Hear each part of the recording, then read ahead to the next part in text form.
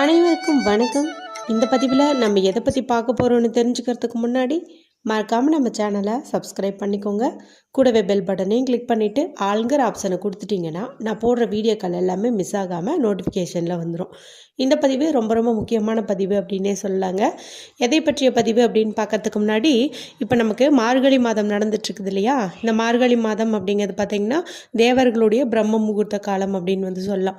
அப்போது இந்த மார்கழி மாதத்தில் நம்ம முறைப்படி ஒரு சில வழிபாடுகள் செய்வதன் மூலமாக நடக்கவே நடக்காதுன்னு நினச்ச காரியங்கள் கூட கண்டிப்பாக நடக்கும் அப்படின்னே சொல்லலாம். சரி, இப்போ சிறப்பு வாய்ந்த இந்த மார்கழி மாதத்தில் எந்த மாதிரி வழிபாடு செய்யணும்? இப்போ பிரம்ம முகூர்த்த பூஜையெல்லாம் செய்யணும் அப்படின்னா அதுக்கு ஏதாவது ரூல்ஸ் இருக்கா, அது எந்த மாதிரி ஃபாலோ பண்ணணும் என்பதெல்லாம் குறித்து ஒரு தனி பதிவு போட்டிருக்கிறேன். இது வரைக்கும் பார்க்காம இருந்தீங்க அப்படிங்கும்போது இந்த வீடியோ முடியும் போது வரக்கூடிய எண்டு ஸ்க்ரீனில் அதனுடைய லிங்க்கை நான் கொடுக்குறேன். கிளிக் பண்ணி பாருங்கள். அந்த மாதிரி நீங்கள் வழிபாடு செஞ்சாலே போதும். மேலும் அதில் நிறைய சந்தேகங்களுக்கு தீர்வு கொடுக்கும் வகையிலையும் நிறைய விஷயங்கள் சொல்லியிருப்பேன். அதை தாண்டி ஏதாவது டவுட்ஸ் இருந்துச்சு அப்படிங்கும்போது நீங்கள் கண்டிப்பாக கேளுங்க, நான் ரிப்ளை கொடுக்குறேன்.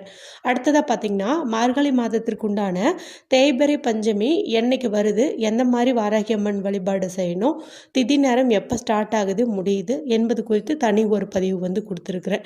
அதில் ஒரு குறிப்பிட்ட முறையில் தீபம் ஏற்ற சொல்லியிருந்தேங்க. அந்த தீபம் ஏற்றுவதன் மூலமாக நம்மளுடைய தீராத கடன் தீரும், நோய் தீரும், வழக்குகள்லேயும் வெற்றி கிடைக்கும். அதனுடைய லிங்கையும் கொடுக்குறேன், மறக்காமல் செக் பண்ணி பாருங்கள். சரி, இப்போது இந்த பதிவுக்கான விளக்கத்துக்குள்ளே போகலாம். இது எதற்கான பதிவு அப்படின்னு பார்த்திங்கன்னா, நாளைக்கு நமக்கு டிசம்பர் மாதத்தின் 18ஆம் தேதி மார்கழி மாதத்தின் 3ஆம் தேதி நிறைஞ்ச புதன்கிழமை அப்படிங்கிறது பார்த்திங்கன்னா மகாவிஷ்ணு வழிபாட்டிற்கும் அவர் அதிதேவதையாக கொண்ட புதன் பகவான் வழிபாட்டிற்கும் உரிய ஒரு நாளாக கருதப்படுது. மேலும் இந்த நாளை சிறப்பு சேர்க்கும் விதமாக மார்கழி மாதத்திற்குண்டான தேய்பிறை சதுர்த்தி, அதாவது தேய்பிறை சதுர்த்திங்கிறது சங்கடகர சதுர்த்தி அப்படின்னு சொல்லுவோம். அது நாளைய நாளில் நமக்கு அமைஞ்சிருக்குதுங்க. என்ன சிறப்பு அப்படின்னு பார்த்திங்கன்னா, விநாயக பெருமான் அவதரித்த கிழமைன்னு பார்க்கும்போது அது புதன்கிழமை. கரெக்டாக இந்த முறை நமக்கு இந்த புதன்கிழமை நாளே இந்த சங்கடகர சதுர்த்தி வந்திருக்கிறது கூடுதல் சிறப்பு அப்படின்னு சொல்லலாம். எப்போதுமே எளிமையான தெய்வம்னு பார்க்கும்போது விநாயக பெருமானை சொல்லலாம். நம்ம சிம்பிளாக ஏதாவது பூஜை செஞ்சு நம்மளுடைய கோரிக்கையை முன்வைக்கும் போது அது கட்டாயம் நிறைவேற்றி தந்துடுவார்.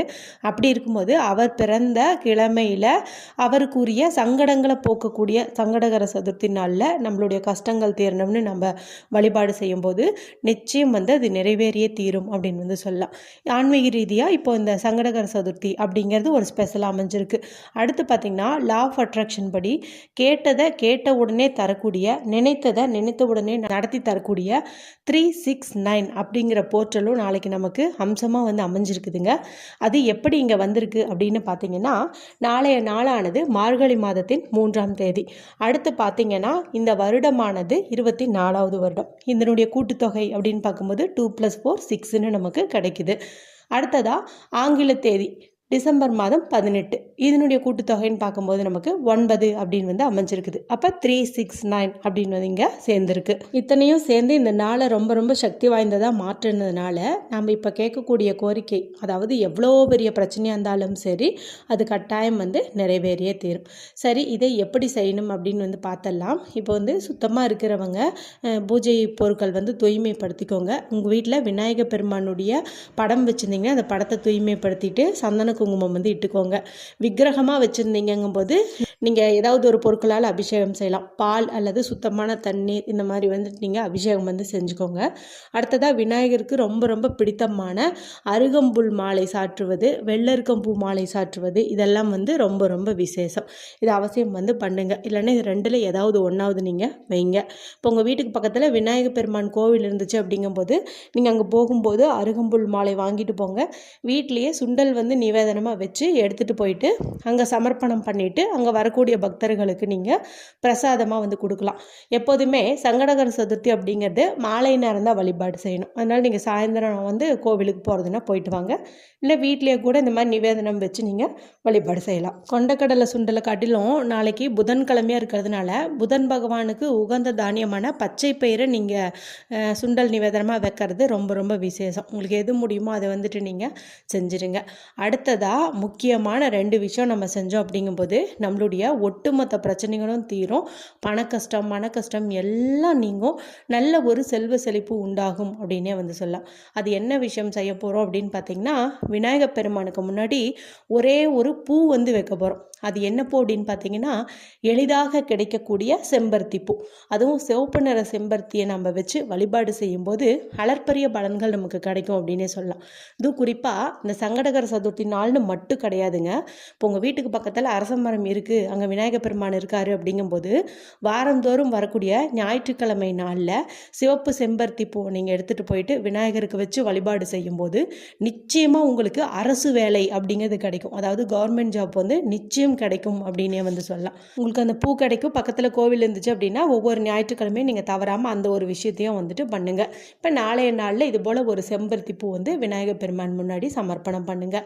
அடுத்ததாக நமக்கு தேவையான பொருள் அப்படின்னு பார்க்கும்போது மகாலட்சுமி தாயார் கடாட்சம் பொருந்திய ஏலக்காய் வந்து தேவைப்படுது. 2 ஏலக்காய், நல்ல விதைகள் எல்லாம் வெளியில் தெரியாத மாதிரி பச்சை நிறத்தில் இருக்கக்கூடிய நல்ல ஏலக்காயை நீங்கள் 2 வந்து எடுத்துக்கோங்க. இது வந்து விநாயகர் பெருமான் முன்னாடி சின்னதாக ஒரு தட்டு வச்சு அந்த தட்டுக்கு மேலே இந்த ஏலக்காவை வந்து வச்சுருங்க. அதன் பிறகு நீங்கள் விநாயகர் பெருமான் முன்னாடி ஒரு தீபம் ஏற்றி வைங்க. இந்த தீபமானது தேங்காய் எண்ணெய் தீபமாக இருக்கிறது ரொம்ப விசேஷம். அதனால் தேங்காய் எண்ணெய் கொண்டு ஒரு அகல் விளக்கில் நீங்கள் தீபம் ஏற்றி வைங்க. இப்படி செய்கிறதுக்கு முன்னாடி உங்கள் வீட்டில் விநாயகர் பெருமான் விக்கிரகம் வச்சுருந்தாலும் சரி, படம் வச்சுருந்தாலும் சரி, ஒரு நல்லதாக ஒரு வெற்றிலையை எடுத்துகிட்டு அதில் மஞ்சள் பிள்ளையார் பிடித்து அதுலேயும் அருகம்புல் வச்சுட்டு அதன் பிறகு இந்த பூஜையை வந்து தொடங்குங்க. அது ரொம்ப ரொம்ப சிறப்பு. அடுத்தது இந்த மஞ்சள் பிள்ளையார் இருக்கார் இல்லையா, அவர் நீங்கள் பிடியாக பிடிச்சி வச்சுருக்கீங்க. இப்போ இதுக்கு மேலே ₹1 நாணயம் ஒன்று நீங்கள் வந்து ஒட்டி விடுங்க. இப்போ மஞ்சள் நல்ல ஈரப்பசையோடு இருக்கும்போதே நீங்கள் காசை வச்சு அமுத்துனீங்க அப்படிங்கும்போது கண்டிப்பாக வந்து அது ஒட்டிக்கும்.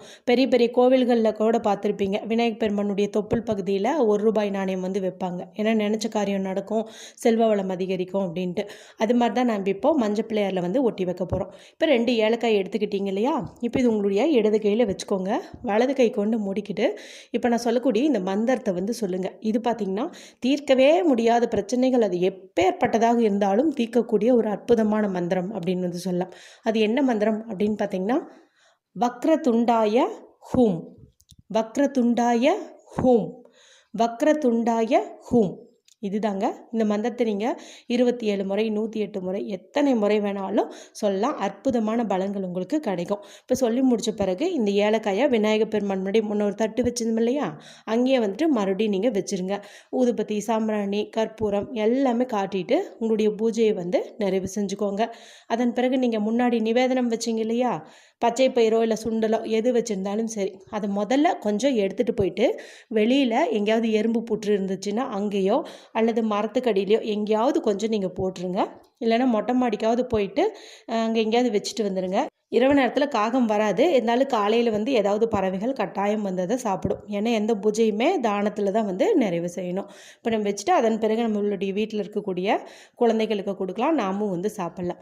அடுத்தது இந்த பூஜை அறையில் வச்ச இந்த செம்பருத்தி பூவையும் ஏலக்காயும் என்ன செய்யலாம் அப்படின்னு பார்த்தீங்கன்னா, இந்த செம்பருத்தி பூவுக்குள்ளே இந்த ஏலக்காயை வச்சு நல்லா வந்து இப்படி முடிச்சு போட்டுக்கோங்க. அதாவது இப்போ 5 இதழ் இருக்க இந்த பூ, இதுக்கு நடுவில் 2 ஏலக்காயும் வச்சும்போது அது நல்லா இப்படி விரிஞ்ச மாதிரி இருக்கும், நடுவில் இந்த ஏலக்காய் இருக்கும். இப்போ 5 இதழ் சேர்த்து அந்த நுனியில் ஒரு நூல் போட்டு கட்டிக்கோங்க. ஏலக்காய் வந்து விழுகாத மாதிரி நீங்கள் கட்டிக்கோங்க. இதை வந்து உங்களுடைய பணம் வைக்கக்கூடிய இடத்துல நீங்கள் வச்சுருங்க. பர்ஸ்லையோ, ஹேண்ட்பேக்லையோ இல்லை பீரோலையோ எங்கேயாவது வந்துட்டு நீங்கள் இதை வச்சுருங்க. இது வந்து அப்படியே இருக்கட்டும், ஒரு 15 நாள் வரைக்கும் அப்படியே இருக்கட்டும். செம்பருத்தி பூ காஞ்சாலும் அதனுடைய சக்தி வந்து குறையாது, நல்ல ஒரு பணவசியத்தை ஏற்படுத்தி தரும்.